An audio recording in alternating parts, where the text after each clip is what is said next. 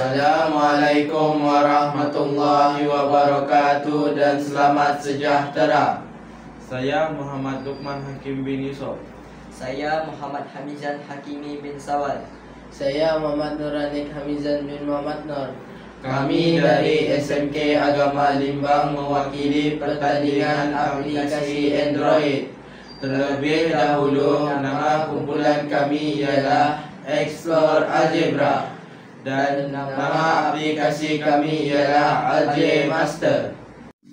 Isu: mata pelajaran algebra merupakan cabaran bagi pelajar. Pengenalan: Algebra Master ialah satu aplikasi pembelajaran algebra.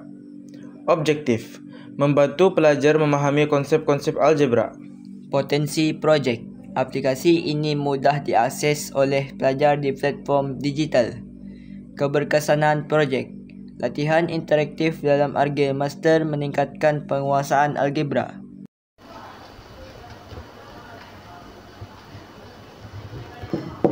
Assalamualaikum cikgu, boleh saya masuk? Ya. Silakan duduk. Ya Hamizan, apa yang boleh saya bantu?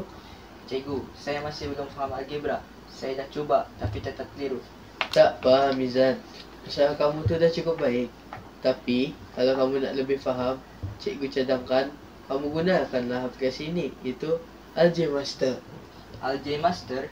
Apa yang menarik dalam tu cikgu? Ia ada 4 butang utama. Yang pertama ialah Algebra Explanation, iaitu penerangan lengkap tentang algebra. Yang kedua ialah Example Question, iaitu contoh soalan dan cara jawabnya. Yang ketiga ialah Algebra Question, iaitu latihan soalan untuk kamu cuba. Yang keempat ialah Achievement, iaitu rekod semua jawapan kamu yang betul dan salah. Wah, lengkap betul. Macam sesuai untuk saya. Ya Mizan, cubalah luangkan masa 10 minit sehari. InsyaAllah kamu akan terlihat perubahannya nanti. Terima kasih cikgu, saya akan cuba. Ya.